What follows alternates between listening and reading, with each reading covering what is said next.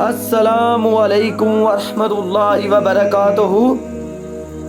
حضرت محمد صلی اللہ علیہ وآلہ وسلم نے ارشاد فرمایا، جس بیوی نے اپنے خاوند کو بس یہ کہہ دیا، صرف ایک دفعہ یہ بول دیا کہ جب سے میں آپ کے گھر آئی ہوں، جب سے میں آپ کے گھر آئی ہوں میں نے بلائی نہیں دیکھی، تو آپ صلی اللہ علیہ وآلہ وسلم نے ارشاد فرمایا کہ اللہ تعالیٰ اس عورت کی 70 سال کی عبادت ضائع کر دے گا۔ اتنا بڑا مقام ہے اپنے خاوند کا۔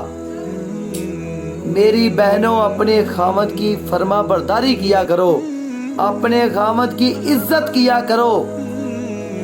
جو بھی آپ کے مقدر نصیب میں ہے وہ آپ کا مل کر رہے گا، اور ہر حال میں اللہ تعالیٰ کی تقسیم پہ راضی ہو جاؤ۔